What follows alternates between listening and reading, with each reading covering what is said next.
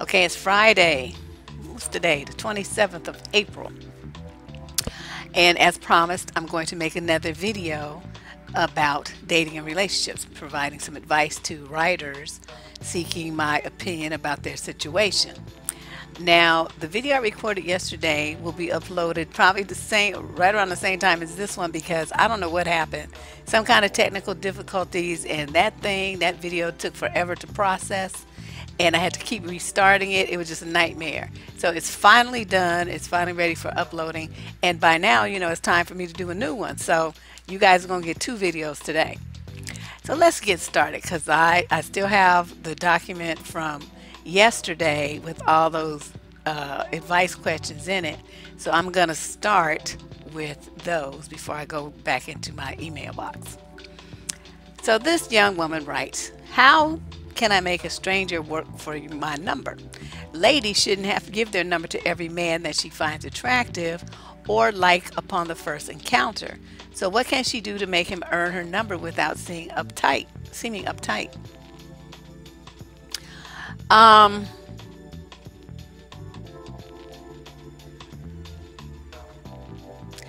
gonna say this. We're all adults here. That's some stuff that you do when you're, 16. By the time you're 30, you should be past this kind of stuff.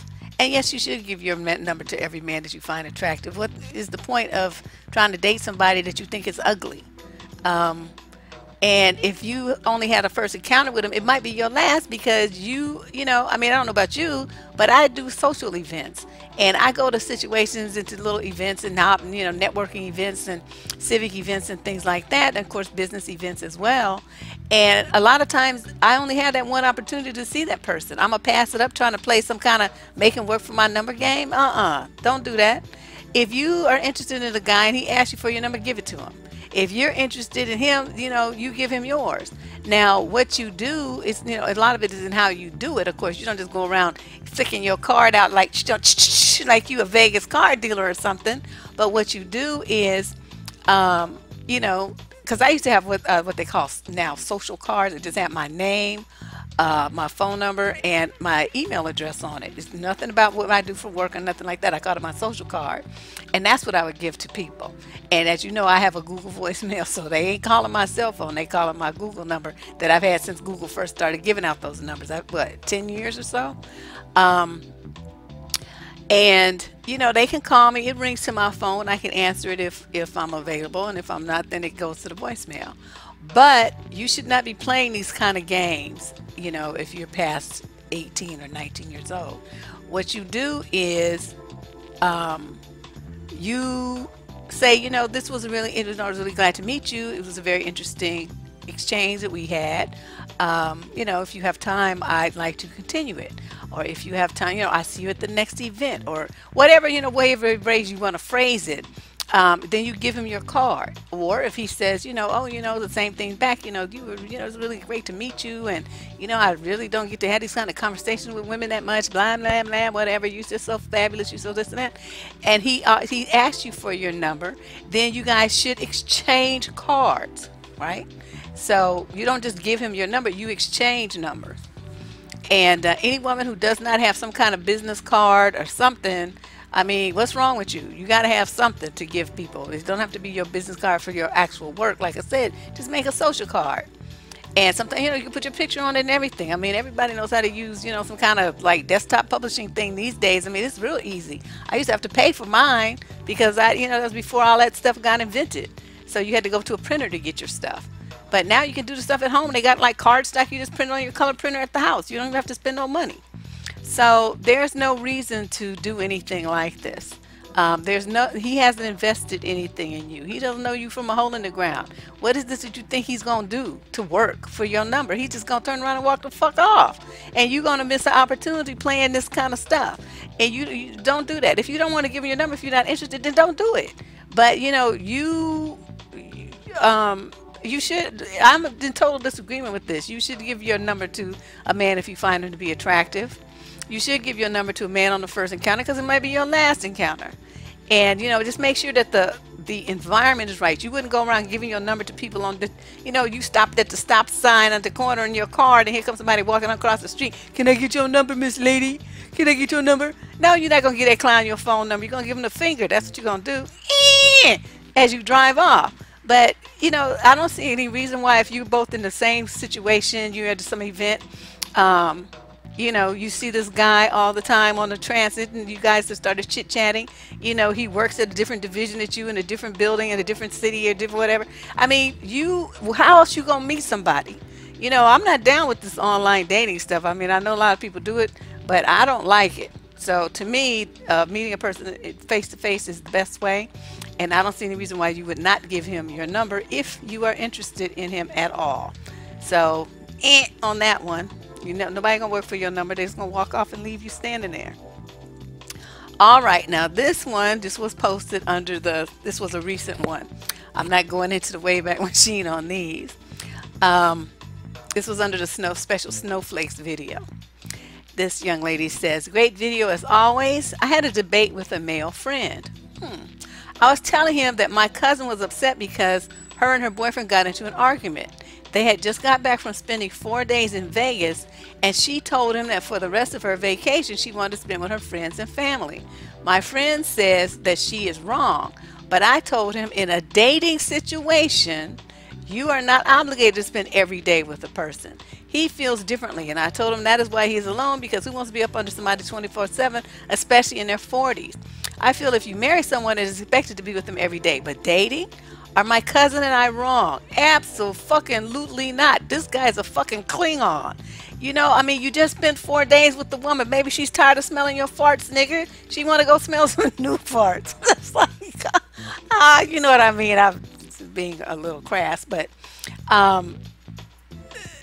okay, first of all, yeah, she just spent 4 days. Okay, let's assume that she has, a week vacation. So she got 1 day, and 2 weekend, or maybe she even has the following week, and I'm sure she'll see him, but she don't want to be spending like all of her time with him. She wants to breathe. I totally understand where she's getting at, because I talked about a situation in one of my videos. This was before I got married to him, but we had spent like 2 days together, and 2 nights, and okay, now it's Sunday, right? Because he was Friday night, Saturday night. Now it's Sunday, and I'm ready for his ass to go home, back to his house. I need like some breathing time. I want to talk on the phone with my girlfriends about him, and I just want to do what I want to do. And he's sitting on my couch in his boxer shorts, and drinking a beer and eating popcorn and shit, watching some football game, and I'm pacing like a caged lion, just pacing around the house. And he asked me, well, what's wrong? Why are you pacing? Like, why are you walking so much? And I was like, cuz I want you to leave. I want you to go home. And I just blurted it out. And I didn't mean forever. I just meant like now, because I just spent the last 48 hours with him, and I needed some space. I wanted to have some time to myself for the weekend before I had to go back to work. And he got all in his feelings, and well, I just leave then. And and he packed up and left and was all pouty and stuff. And even though I felt bad because he was all pouty and stuff, and really wanted to be with me, the fact remains is I'm not used to being around somebody like that. I needed some space. Even when we were married, I was sending, you go someplace with the frat and everything, go with your boys somewhere, do something with yourself, go to your mama's house, go fishing with your cousin. Why don't you all stay a day or two up there to Kevin? I mean, I just needed some space, and that's just the kind of person I am. I don't want to be up under somebody all the time. And somebody like this who was with me for 4 days and still wanted more time, so we would have a big fight. I don't know, he probably would have got cussed out, but because that obviously would not understand my personality and my need for space. And especially if she's going to spend it with her friends and her family, those are people who she loves. Those are people who are important to her. Those are people that matter to her before him, and after his ass is not there anymore, they'll still be there. So you and your cousin are not wrong. That guy, and I always say this is like, guys always try to run this game talking about women need men more than men need. That is such bullshit. Women have lots of social structures in place to meet their needs for intimacy and fun and laughter and understanding and all of this stuff. It's men who need women because they usually only get close to one woman, and that's the woman who gets their full emotional bomb. And at a certain point, people get tired of being your emotional shoulder, and they want to be just free of you. And it's they still love you, they still want to be around you, but just not all the time, and just not right now. But a lot of guys just don't get that, and they get all butthurt about it, and to think that they're rejected and all this old stuff, and then they want to be acting stupid just because you said you want to spend a couple of days, being around with your friends instead of looking at his ass. They just don't get it. So in a situation like this, I totally understand where she's coming from. I think 4 days in Vegas was too many, because 2 days in Vegas is plenty for anybody. And he just, I don't know, he just need to go hang out with his friends or his family and just do something with himself. Do something. Get your hobby or something besides looking at your woman. She don't want to look at your ass all the time. Oh my God, these dudes are too much. And then they just wear you out to the point where instead of you being excited to see them, you be excited to get rid of them because they want to be in your face too much. All right, so what did this lady, okay, she posted this under the friends with benefits. Oh, the Valentine's Day video. Inappropriate expectations on Valentine's Day. Okay, so this is what she said. I'm really digging this video. I never comment much, and I plan to do so more. I'm slightly embarrassed about my question, but I'm going to ask anyway. I'm a single 36-year-old woman and have been single for some time. I recognize that I need to take time to get myself together and feel more complete and happy alone. However, I would love to have a romantic male friend, someone that I can talk to, hang out with, laugh, eat, and be intimate with. I know I'm not ready for an all-out commitment. I need my space and time to work and build towards the person I need and want to be. Then when I come together in a relationship, I'll be self-confident and ready. Bingo. Do you think this type of relationship can exist without ultimately being, quote, friends with benefits? I'm an emotional being, and I want the emotional connection and all the understanding that although we may not be in an all-out committed relationship, there is still a lot of emotions and connection. We wouldn't be seeing anyone else but each other. Do you think this is a fairy tale thinking? No, it's not a fairy tale. I think you are confused. What you're talking about is a committed relationship.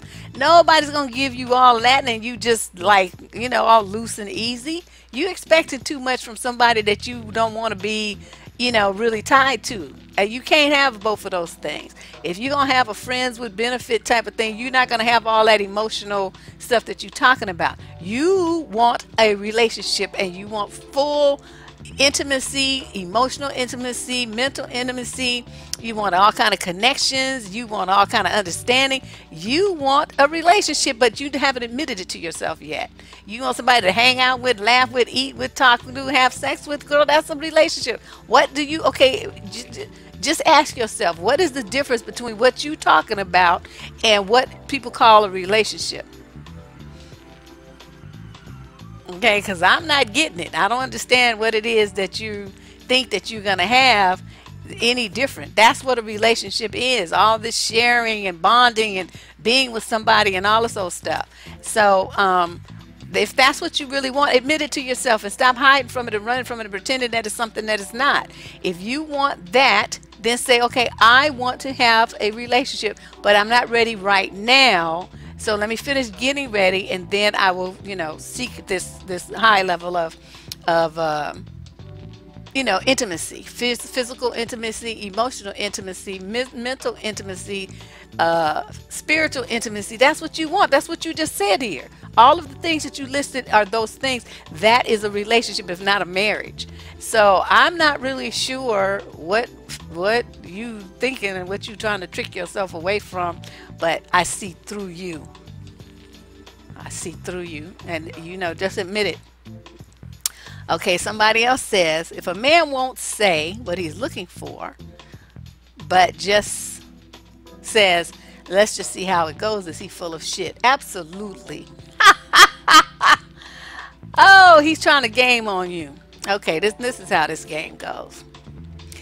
Okay, he won't say what he's looking for because he doesn't want you to take what he says and run with it.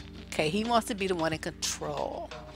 And by not giving you any answer, he's hoping that you will do like I did in the series that I did last year. Was that last year? The Jumping Through Hoops series.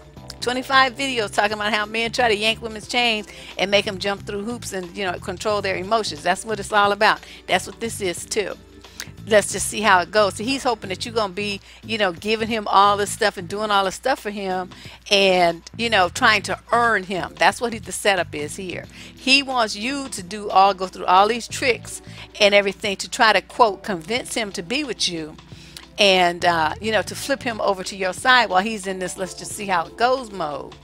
So what you say when a man says something like that, and because he might be serious, you know, he really doesn't want to make any kind of committal statements. He just wants to just be easy breezy. So you say, well, you know, that's fine. We can see how it goes. You know, and you start looking around at the other men that's in the location. We'll see how it goes, and I'm going to see how it goes with him, and I'm going to see how it goes with him over there, and a couple other numbers in my phone. So that's how we're going to see how it goes. And if you think that you're going to be fucking me while you see how it goes, I got news for your ass. That ain't going to happen, Holmes. So, you know, all of this goes to a man who knows what he wants, not to somebody who's just trying to see what he can get for nothing. So, you know, call me when you get your shit together.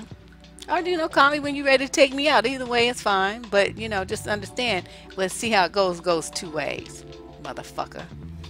So, I mean, I know this particular lady who wrote this question. I'm not going to say her name. But you know, yeah, he's absolutely full of shit, girl. But, you know, it's all right. You two can play that game. And he would have had his feelings so hurt by the time he said that shit to me. I would have been like, nigga, I don't know who you think you talking to, but this is the infamous Miss Cooper. And she don't take no shit from no nigga. That ain't happening. So you talk that shit and play them silly games if you want to, like you 15.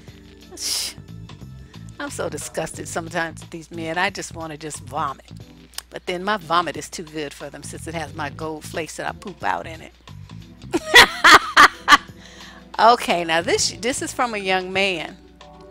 And he says, hello, Miss Cooper. I recently watched your video on alpha, beta, and omega men. I'm looking for some tips or advice from a woman's perspective. I'm 26 years old and I've come to the conclusion that, how would you put it, bottom, beta, damn near omega. Oh, did I say that? Oh, this is not where I want to be. The town I live in is small, so everyone knows everyone. Oh shit, move. With that being said, I'm sure that I'm seen as an omega male. I wonder why. Once people see you in a certain way, it's hard to change people's perspective of you. That's true. This is not where I want to be. Is there any way for me to get out of this category? Should I start seriously thinking about moving to a new location and starting over? Hope to hear from you soon. The answer to that question is absolutely. You're in an environment where everyone knows everyone. That means they're all in your business. They know your family. They've been knowing you since you were a child. They think they know all your business more than you do. That's like an uphill battle to try to change yourself and change the dynamic in the way that you relate to people. They're not going to let you, because the first thing they're going to do is hit you with that, boy, I've been knowing you since you was in diapers, since you was 2. I know your mama. I know your dad. It's like, it's a kind of a thing where it is limiting. You know, they're going to put you in a position where you still have to be respectful and still have to react to them in this kind of deferential way, because they've known you since you were a kid and because they know your parents. That makes it very hard for you to be like, you know, a very strong young man to these people and you know, and still fit in. That, man, that's just damn near impossible. So what you have to do is figure out what you want to be when you grow up. Okay, figure out what you want to be and then work towards that thing. Now you can probably, I mean, you said you live in a small town, but I'm sure there must be a, you know, some kind of college or, you know, university or something nearby that you can go to. So during that period of time where you're going through, you're only 26, so you got plenty of time. I mean, maybe you're already college graduate. I mean, you didn't tell me. So, I mean, whatever is on your agenda to do as far as education and career path and things like that, Work towards that, and then look for a job that's outside of where you are. Even if it's in the same state, make it be at least, like 200 miles away, so people can't say, oh, I was in the neighborhood and I dropped by. You want to be far enough that you can establish yourself as a different person, meet new friends, have a whole new, way of carrying yourself, and nobody's going to put you in a box because they don't know you. You don't have any history with them.